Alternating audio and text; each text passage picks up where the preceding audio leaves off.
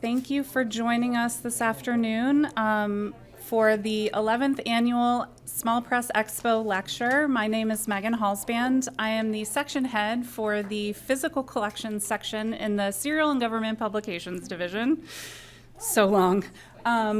What that means is we are in charge of the comic book collection here at the library, including the Small Press Expo collection. So I am very happy to have you all here today.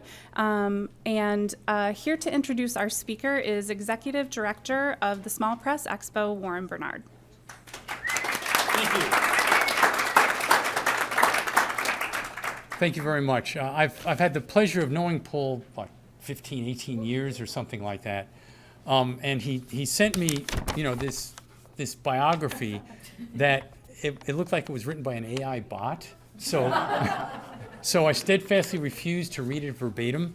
So you'll have to kind of roll with my improvisation. He is a two-time Eisner Award winner. One was for Fletcher Hanks, wasn't it? One was for Fletcher Hanks. And which, by the way, was an amazing discovery of this guy Fletcher Hanks, who worked in the old Golden Age comics. That just shows part of his real love of, yes, it's right over there, real love of comics history, along with the work he did on How to Read Nancy. And that's really where I first interacted with him, because I would get emails from Paul and Mark going, "Hey Warren, do you have an issue of Collier's 1948 with this Nancy thing in it?" And I'd go, "Well, yes, I do."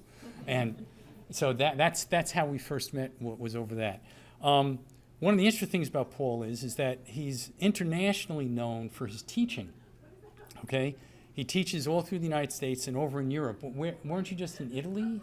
Yeah, I'm going back. Yeah, and so his prowess as a teacher is known throughout many different countries in Europe. The other thing that I really love about Paul is his gag cartoons. So he's multidisciplinary when it comes to the cartooning world. Because not only does he really do these great cartoons, single-panel cartoons that are published in the New Yorker, and if you're on his Substack, it's Substack, isn't it? It's Patreon. Patreon, okay. The slide will be up at the end. So. Okay, all right. So I subscribe to Patreon, and I always get these great single-panel cartoons. But he also does graphic novels. And so he's one of the few people that really crosses over into these two very different worlds of cartooning that you don't normally find. He's taught at the SVA, at RISD, Boston University, Princeton, Center for Cartoon Studies. So within the United States, he's well known as an academic in terms of teaching, but he's equally well known as an actual practitioner. And it's very, very rare to find somebody who does both of those things, okay? Anyhow, without any further ado, I want to present Paul Karasik.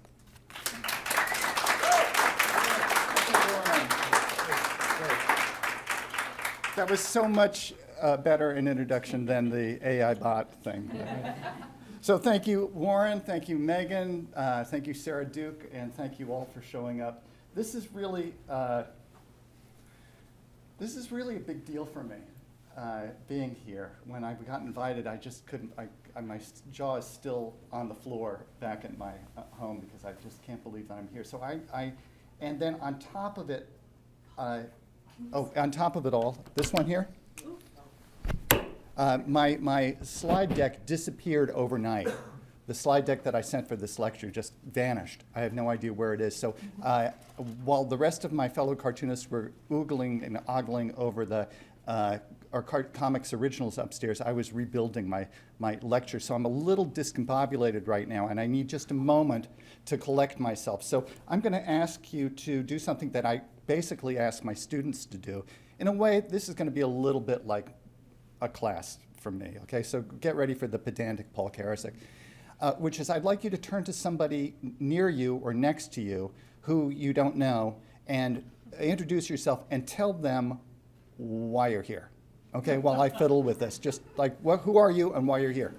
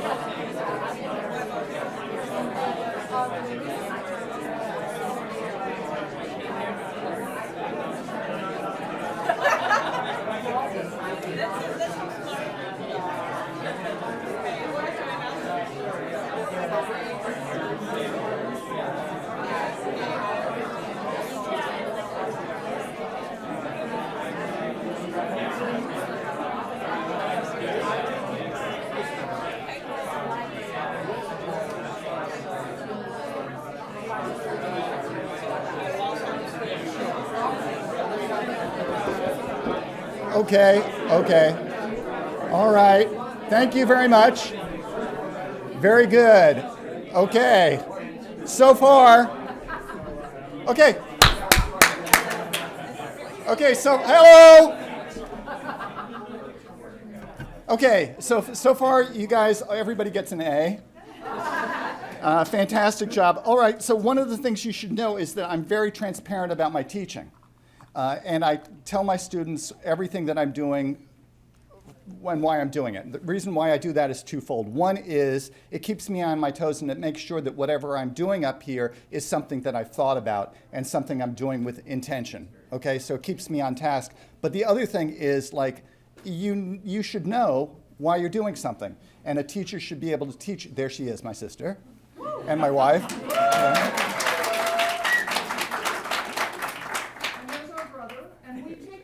Anything smart he says. Oh, okay. That's why you have a sister, right? So I try to teach as transparently as possible. So today I'm going to start by sharing one of the activities I do with my students. And one of the first things I do is something like that. You know, introduce each other, because you saw what happened, right? I couldn't shut you up.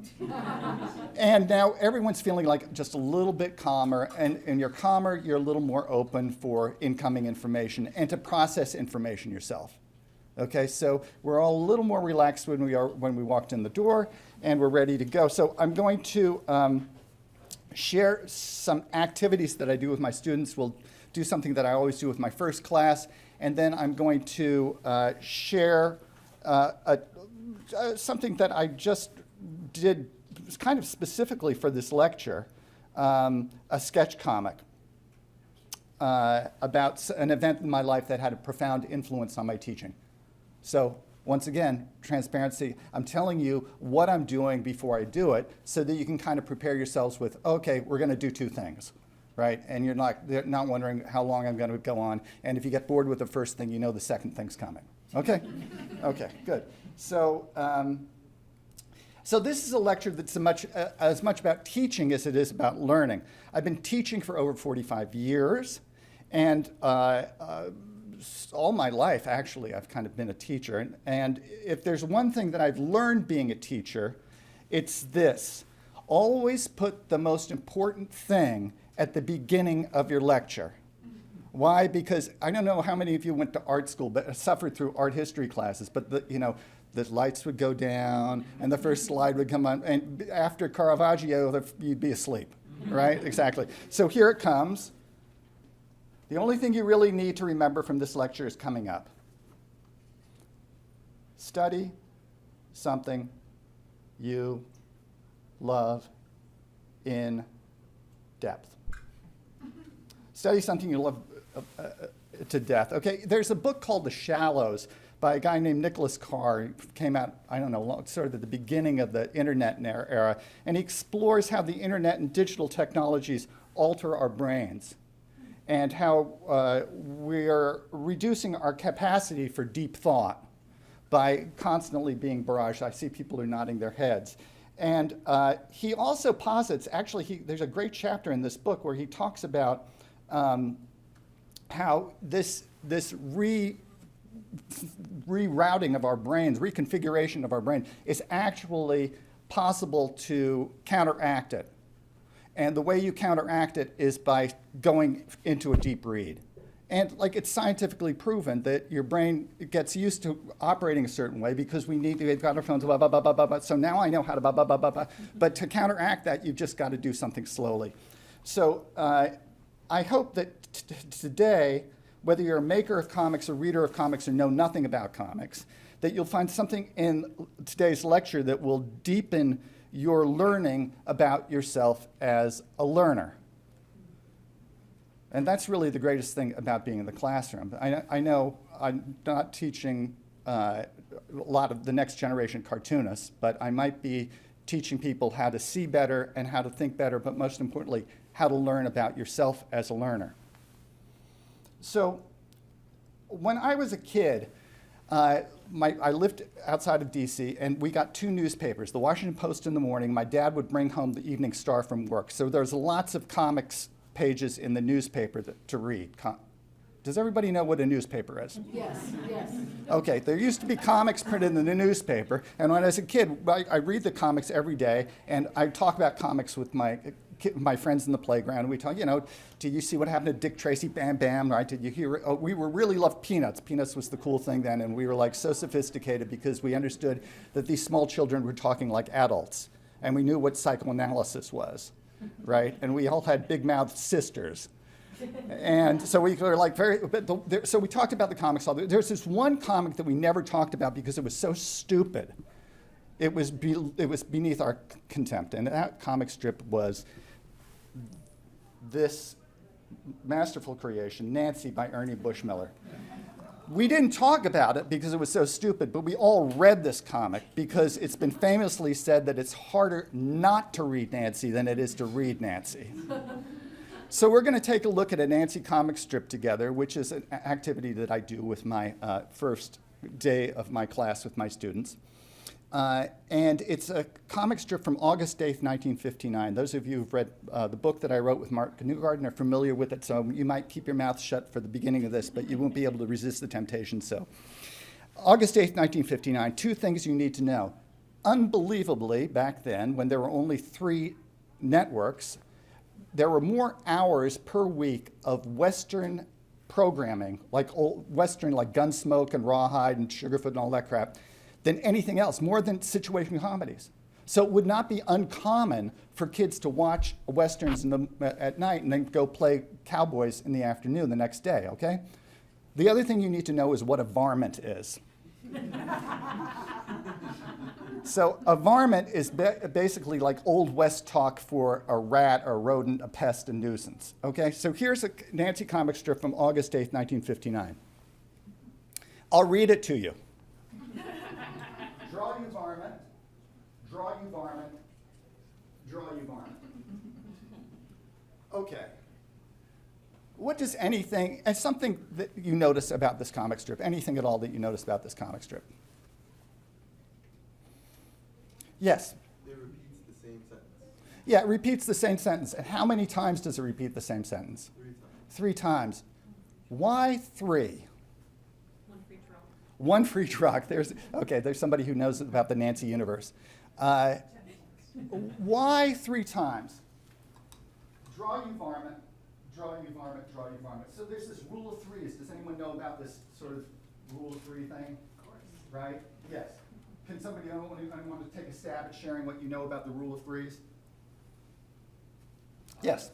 Kind of a comedic thing of like setup, twist, or punchline twist. I can never remember the name for them, but there's like 3 steps, like setup, thing, and then twist. Exactly. Like Goldilocks and the 3 Bears. Someone's sleeping in my bed. Someone's sleeping in my bed.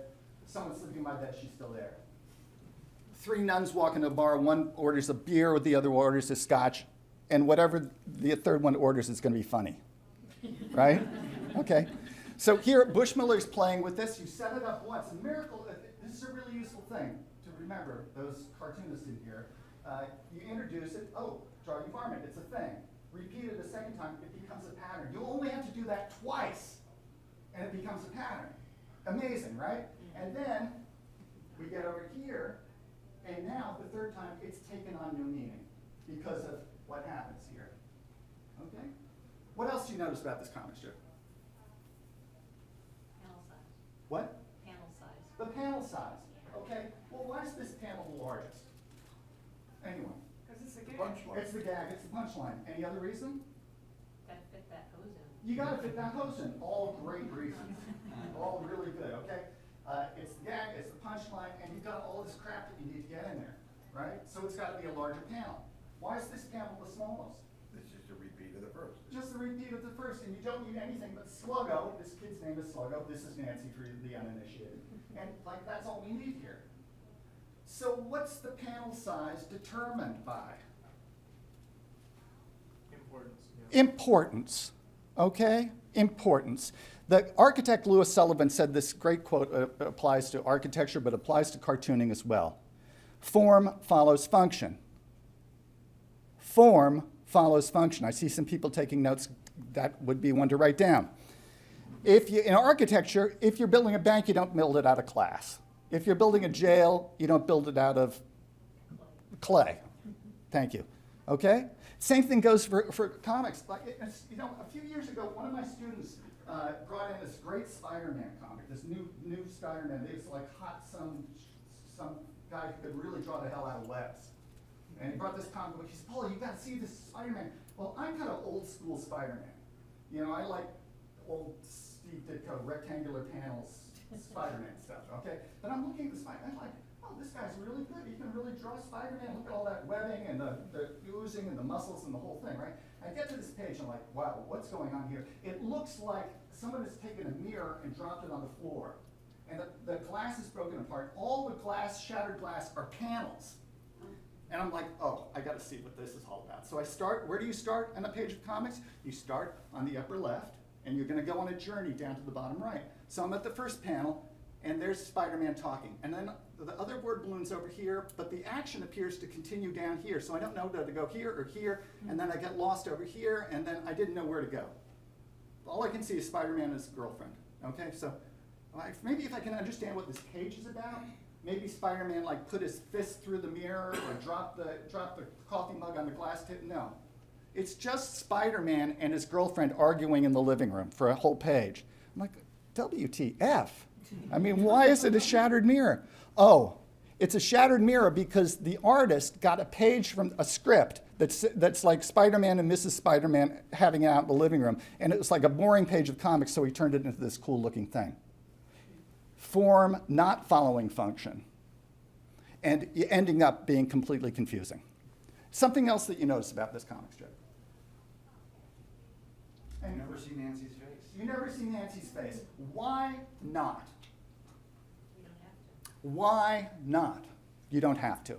Because you're in her position. You are in her position. Okay? Wonderful, wonderful, wonderful. Okay? You are in her position. Why is that a good thing? Why did the cartoonist choose that point of view to put you in Nancy's position? Go ahead. It breaks the fourth wall. Breaks the fourth wall. Absolutely. Keep going. We all had to deal with the bully. We all, right? We want to deal with that bully. Yes? Like you get to deliver the punchline. You get to deliver the punchline. Regular readers of Nancy, you don't have to be a regular reader of Nancy to know this. We know what her face is made of. 2 curves, 2 dots, a line for her nose, and another line for her mouth. That's Nancy, okay? But even if you didn't know what she looks like, we're identifying with her, right? Just what you said, because we're looking at what she's looking. Keep going, Judy. You also see her thinking. You also see her thinking. And it's really subtle how you see her thinking. We'll talk about that in a minute. Hold that thought, okay? How do you enter a comic strip or any page of comics is super important, right? And in this case, what you just said is we identifying with Nancy. Why? Why? Because what is she doing? She's looking into the comic strip. What are we doing? We're holding the Washington Post from August 8, 59, and we're looking into the page of comics. We're doing what she's doing. Immediately, we're connecting with her. And what you said over here, we all know how to do what we're dealing with a bully. So we identifying with her. But why not show her face?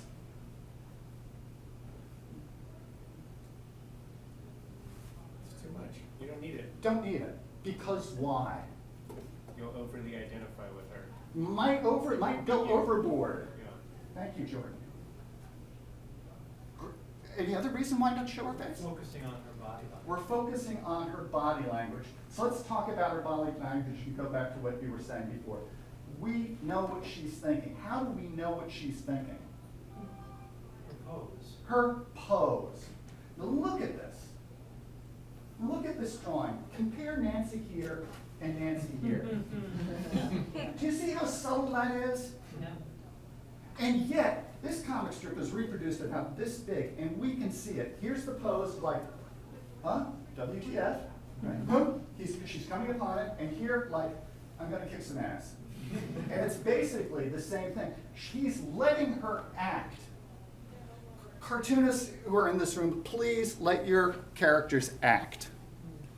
Even subtly, they need to be acting. Anytime your character appears, it's an opportunity for the reader to learn something new about them. Don't just have them standing here talking like robots, unless, of course, they are robots. Okay? So acting here, breaking the fourth wall, I'm thinking about looking at Sluggo. Look at him acting. What do you think about Sluggo in that third panel? He's He's got gonna get nasty. it. He's got nasty. What? He's gonna get it. He's gonna get it. He's overconfident. He's overconfident. Keep going. Look at what he's doing. He's reaching for his gun. Reaching for his gun. Why are we so threatened by him? Well, you can see the bottom of his foot. He's standing in the earlier ones, but here he's like Aggressively coming at her. Driving. You see, he's driving, he's aggressive, he's walking towards us, right? I mean, oh, did I say us? To go back to your point, we're identifying with Nancy, right? We am Nancy. And so here, she's not just coming towards Nancy. In fact, he's posed really subtly. It's more like he's coming towards us. Talk to me more about Sluggo here. He's trucking. He's trucking, yes. He's become a Robert Crumb character. Yes, He's the only face we see. full face. And what are we learning from that face? He's angry. Okay, is that what you were going to say? No, I was going to say aggressive. Aggressive. But where are we getting it from? We're getting it from this pose. Once again, the character's acting. And now look at this, okay? If you are going to make your characters act, how do you make them act? Well, there's a certain amount of acting in the dialogue, of course, right? But also, the body language, right? Nancy's acting subtly. Sluggo's acting exaggeratedly, cartoonily, right? So we've got his body. The other part that acts is his face, right? Okay, look. Here we have angry Sluggo. Here we have happy Sluggo. Do you see that? Yeah. Put those together, psycho Sluggo. Yes. He also has got the a closed movement for face. his arm. The motion. And the motion lines, right? Bushmill is a master at knowing exactly how many lines it takes for that, right? That's the three-line motion. Yeah, law of Okay. threes. The law of threes, thank you very much.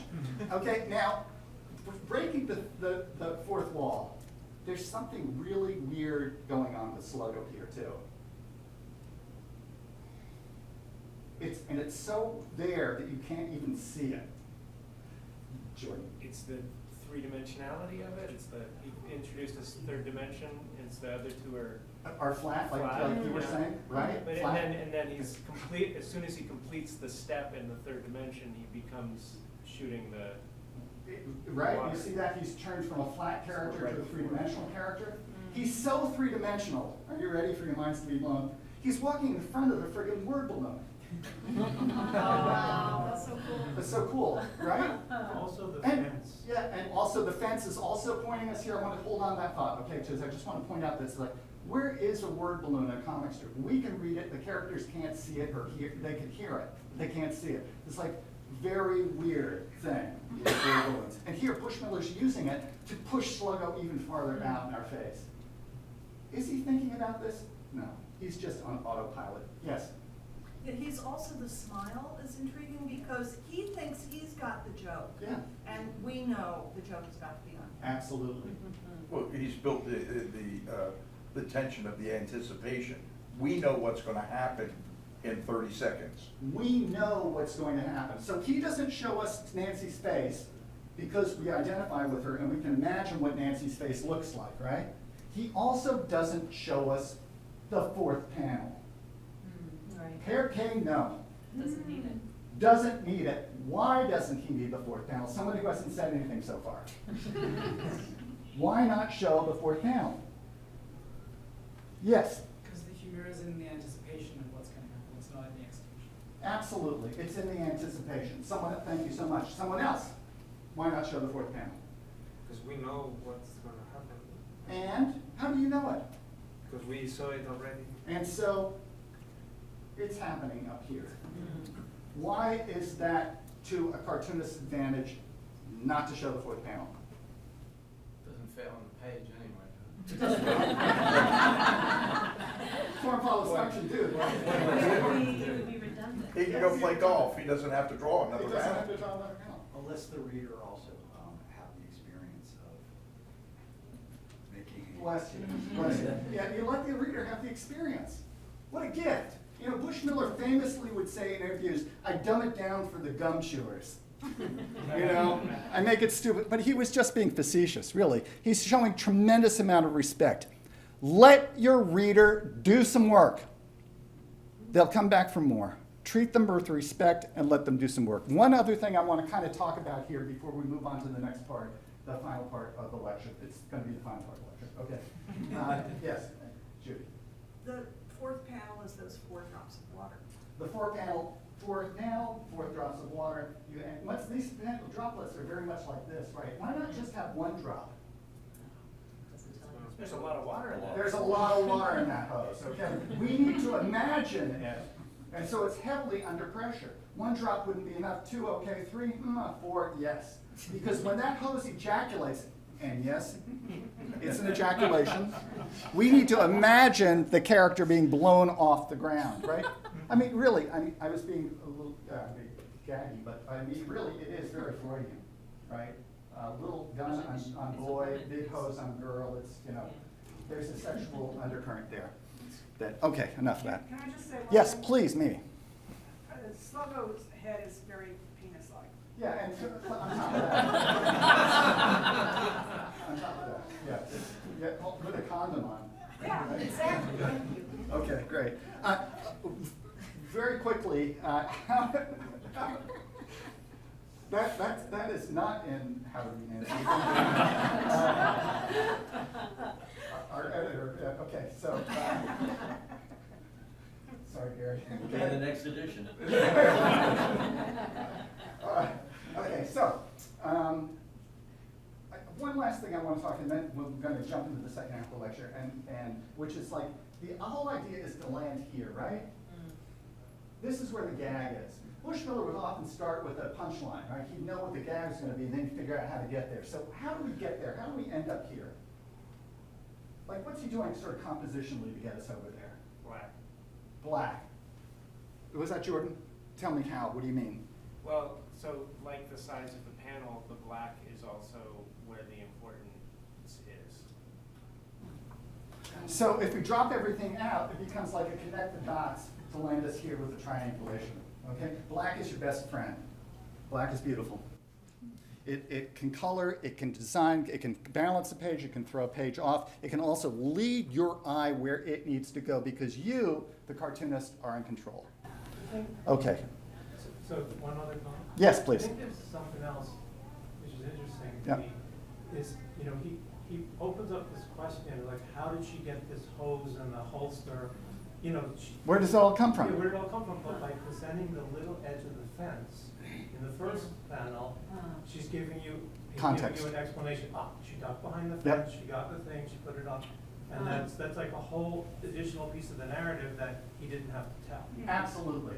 Thank you so much. And your brain is putting it all together, which is truly the magic of comics. And she also anticipates that he's gonna come there, that she's behind the fence. Oh yeah, oh yeah, and that story, you're building that story all in your head. You know, this is a 3-panel comic strip, but our minds are able to go in and out in this space of the gutter and conject all of these other things happening and create the narrative ourselves. And nobody's there telling us, well, and next Nancy went and got the hose and she turned this thing. No, we can do all of that ourselves, and that is amazing. That space in between the panels, the gutter, is as important as the strip itself. Okay, so what just happened? What did you think of that strip, especially those of you who've never seen the strip before, when I put it up on the screen? Like I told you, it was a stupid comic strip, right? What happened to your understanding of this comic strip in the last 15 minutes? This is just rhetorical for you to answer in your own head because we don't have time right now to really discuss it, which I'd love to do. Was there some aspect of comics language you'd never thought of before? Was there something about how the discussion was just conducted?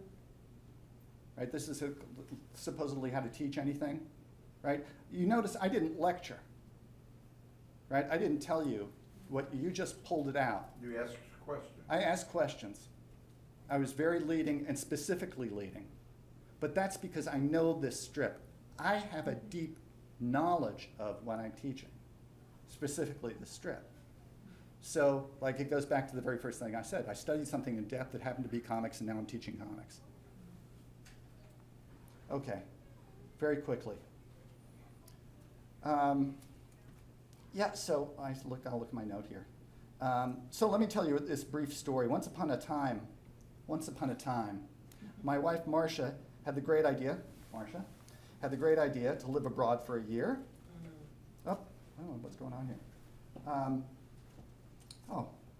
It's got a mind of its own.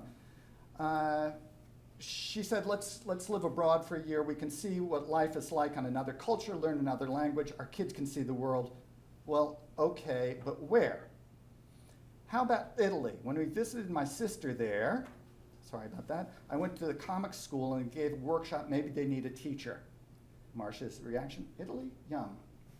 Well, it turned out they did need a teacher, and they needed somebody to teach the language of comics, so we went to Italy for a year. I couldn't speak Italian at all then. I can order coffee now.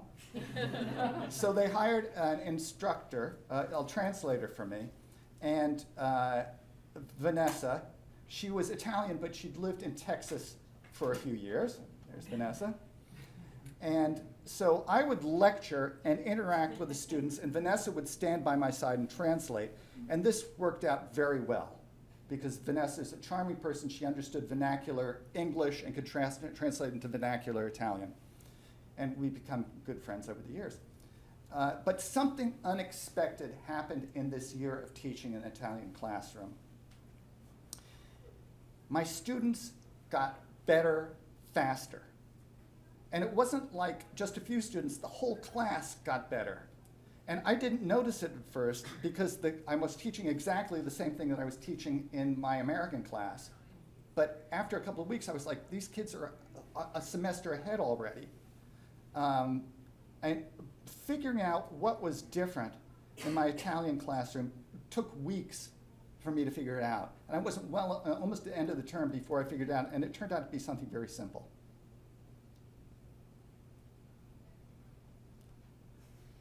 But the clicker's not working. There we go.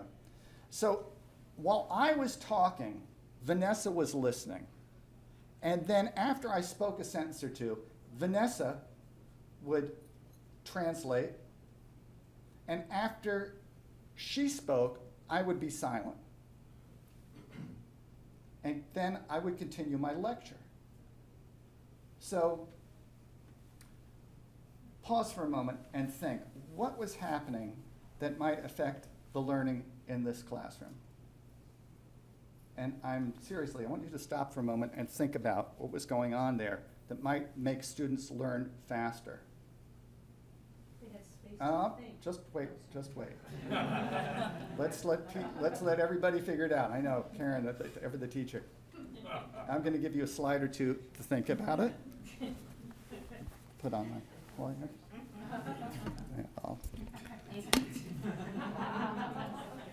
There we go. Oh, yeah. And the tie, right? Okay. 2 motion lines back here, okay? Keep thinking. There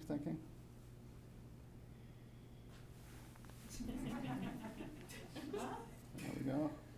Like that. That's about right. Okay. Opposite? Thanks. Okay. Okay. So what just happened? Karen is right. In my Italian class, in those pauses, while Vanessa translated, my brain was able to consider, what do I need to say next? What planning ahead in that silence, what they needed to hear, rather than just barreling ahead and repeating what I just said, like so many teachers do. And the other half is, since the students couldn't understand what I was saying while I was talking, right? because I couldn't understand English. They were processing what Vanessa had just translated. So while I was speaking, they were reflecting. Half the talking and twice the thinking. And the students improved markedly faster and got twice as much work done in the semester. The act of reflecting, both for teacher and students, actually doesn't slow down the class. It speeds things up. And the pace quickens because people are more engaged. And I'm not like the boss in charge of the class. Everyone's participating in the activity of thinking. And given time to think, my teaching became more on point, more progressive, and the students' questions became more thoughtful, and their work got better.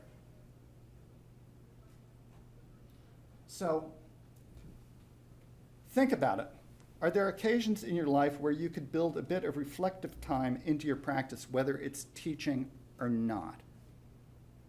Instead of going to the next email, instead of checking the next damn Instagram thing, is there a moment in your day where it could benefit from, and I'm not talking about like deep meditation, I'm talking about 15 seconds of reflection.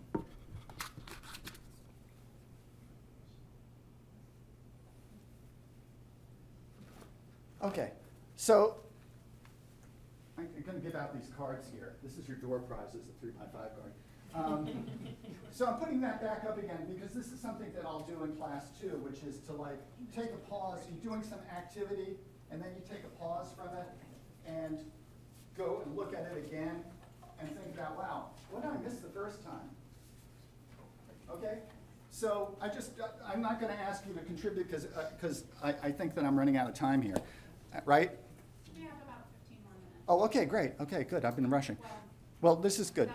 That includes time for questions if anybody has any questions. But what I'd like you to do right now is, if you need something to write with, I have some pencils, but I don't want you to write yet because I want you to think for a moment. Okay, so this was very quick lecture. You know, lots of things just happened. A lot just happened. What was the thing that happened that was important for you? Like, what's your takeaway from this gathering right now? What's the thing that you found useful? What's the thing that you didn't think about before that you learned something from? And it could be like an extraordinarily personal thing. I'm not going to collect these cards. I want you to write this down as a note to yourself, the thing you don't want to forget from what just happened. Does anyone need a pencil?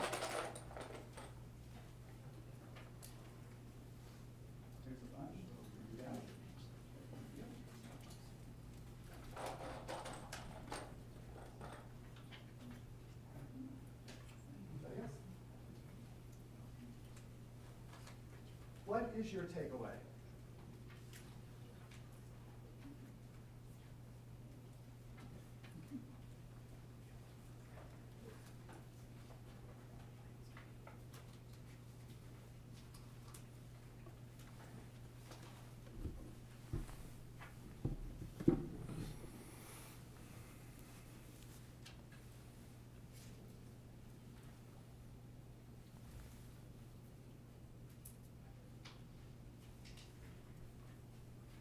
Can I say one more thing about the strip? Nope. Yeah, I mean, you can in a moment, but people need time to write. Really, just another moment. Just another minute.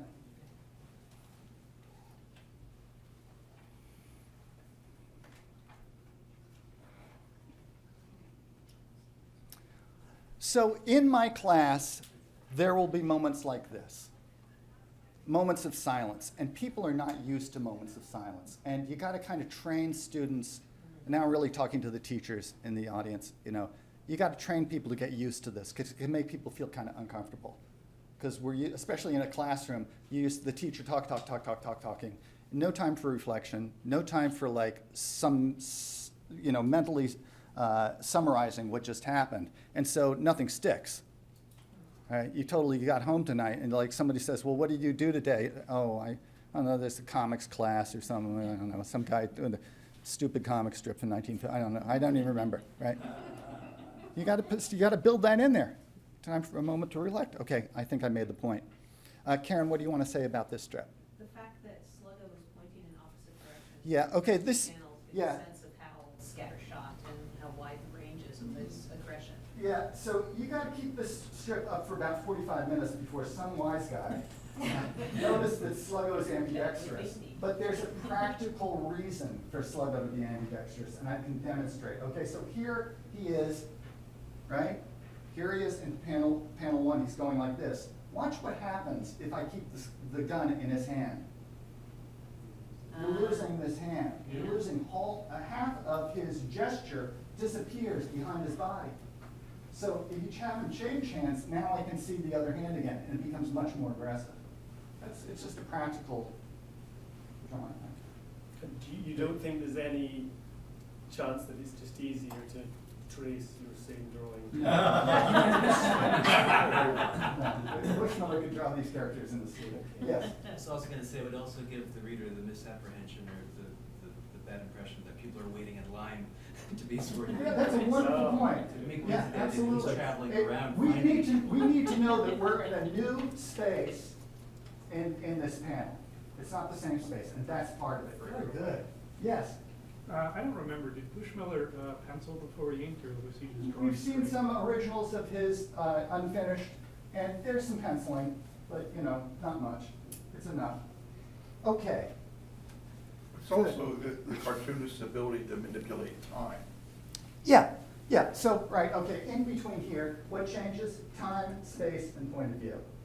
It's a new moment of time, it's a new space, flop the panel, and it's a new point of view, we pull back. So cartoonists always, like, this is your job, it occurs largely in here. Like, you need to make a conscious decision about how much time, how much space, and how much point of view you're going to change. And you're being irresponsible by just drawing the first thing that comes into your head. So there. Don't be irresponsible. Okay.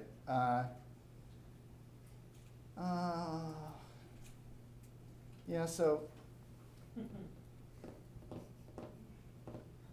Yeah, those who can do, those who can do, those who can't teach. This is the quote that we've all heard, right? And this was George Bernard Shaw being cynical in Man and Superman. Because really, come on. The quote is Aristotle's, those who know do, those that understand teach. So that's where it started from. And so, hundreds of years later, George Bernard Shaw is being sort of snarky. Deeper comprehension allows teachers to translate complex ideas into their digestible form and share their wisdom with others. So if you can understand, if you really deeply love and understand your subject, that's the starting point for being a teacher. Because then you can teach it all sorts of different ways to all the different modalities of learning that people have. And to understand your subject that well, you must study something you love in depth. Like I was saying before, I've taught hundreds of students comics at this point. How many have gone on to become cartoonists? Well, there's a couple of special guests at SPX who are former students of mine, but a handful, right? So what am I really teaching? I'm hoping to teach you how you process information, to be more critical of any visual matter that comes to your way, whether it's comics, movies, TV, whatever is on your Instagram account. Be visually critical, and to get to know what you like and don't like. My friend and master teacher and great filmmaker Ken Jacobs said, his whole idea behind his teaching practice was to help people into their personhood. Like find out who you are. So this is my social media stuff. Any questions? Any thoughts? Not even questions, any thoughts? Yes? Well, since you extended that, I'll start with a thought. My name is Mosiah. I make comics.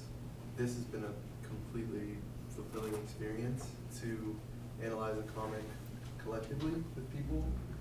It's inspiring to look at work and analyze it, to do it collectively. collectively. People point out things you would never even notice. It's really cool. Okay. I wanted to ask, what levels have you taught, and how do you approach the different levels? Well, I teach mostly undergraduates. I'm also teaching the graduate program that I helped to create at Boston University in graphic narrative. So mostly upper level. I teach kids in a pinch, but mostly I like to teach people who actually want to be in my classroom. So that's a big difference. Anyone else? And I'm available for teaching gigs too. Yes. This is the first time I attended something about comics? comics, but it's very thought-provoking. And when you said something about that the fourth panel didn't show, and it's just occurred to me that in traditional East Asian art, artists deliberately leave blank area in the painting to leave for the reader to reflect, not overwhelmed, not mentally clustered. So that's deliberately act. And There's a special term for that. What's that term? In Chinese means liu bai, means leave blank. Wow. So Yeah, it's when you appreciate Chinese traditional art, especially mountains, rivers, or the natures, they deliberately have an area just That's blank for you to do the work. Yeah, for you to imagine that you yourself Like in that. that painting. It's like a Google Street View. You are there. So that's what it's so Wonderful. great. Oh, It's thank you for sharing. That's really Thank wonderful. you. Thank you. Anyone else? Yes. You kind of started with the, that you kind of dismissed Nancy when you were younger. Yeah.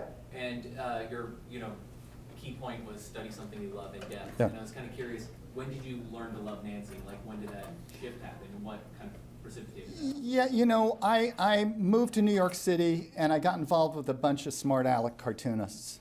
And there was this loose group of people who had done the same thing I'd done, which is dismiss Nancy. And now we were starting to look at it closely. And there was a secret Bushmiller Society that began, some of you nodding. And one day I got in the mail a membership card to the secret Bushmiller. It's so secret nobody knew who was sending the cards or who was a member or not. But yeah, it was sort of in my 20s. Yeah. Someone else? Anything? Anything on your mind? Would anyone like to share their takeaway? Anything that you wrote that you thought, yes? My takeaway, to put in just a few words, was how much do you really need? How much do you really need? Yeah, I go down to my basement and I have that thought all the time. Thousands of old comic books there that I never look at. Yes? Anything can be worthy of study. How true? Having students contribute ups their interest in and focus on the topic. Yeah, have them participate. Let everybody participate. Yes, Peter? No matter how much I study comics, there's still more to study. I take that as a huge compliment coming from Peter Cooper. Thank you. It's very generative to take time for reflection and pause frequently in the process of doing. Yeah. Thank you. Thank you. Could you read that again a little slower? It is very generative to make time for reflection and pause frequently in the process of doing. In the process of doing. That, for me, that's the key note there. That's great. Thank you. Anyone else? One more? Yes. Be really mindful of black. Be really mindful of black. Yes. I wish our president felt the same way. Yes. Film students. I don't, but I did mention Ken Jacobs earlier as being a seminal character in my upbringing. And people often ask me, could they recommend anything? And I just chose these because Richard McGuire's Here is a masterpiece, and it's a long-form meditative piece that's unlike anything else.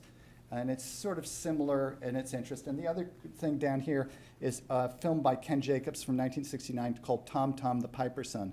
And I just recommend those things as being sort of fundamental to my practice.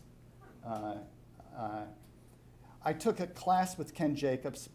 It was 4 or 5 meetings back in 1983 where we watched the film Meet John Doe, 1937 Frank Capra movie.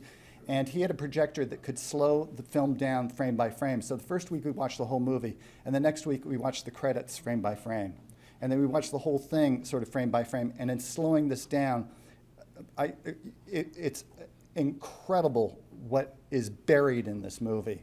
That you can absolutely, it washes over and you're getting it subconsciously. But Ken just did the magic of, like, it's like seeing it for the first time. Which is what happens with the Nancy strip, right? We all see this strip. I put it up on the screen. It looks like a stupid comic strip. And then the more you pour over it, it's like seeing, not only understanding it, but like you're learning about like what you think you know and what you don't know. And you're learning about yourself as like a processor of information. It's just really interesting. So anyhow, those are two things worth reading. But no, I've never taught film students. Would I like to get my hand on a classroom of film students? I certainly would. Anyone else? Your takeaway or any final thought before we leave? Well, they say if you have to explain a joke, it isn't really funny, but analyzing it the way we did, it's still funny. Yeah, yeah, it never stops being amusing.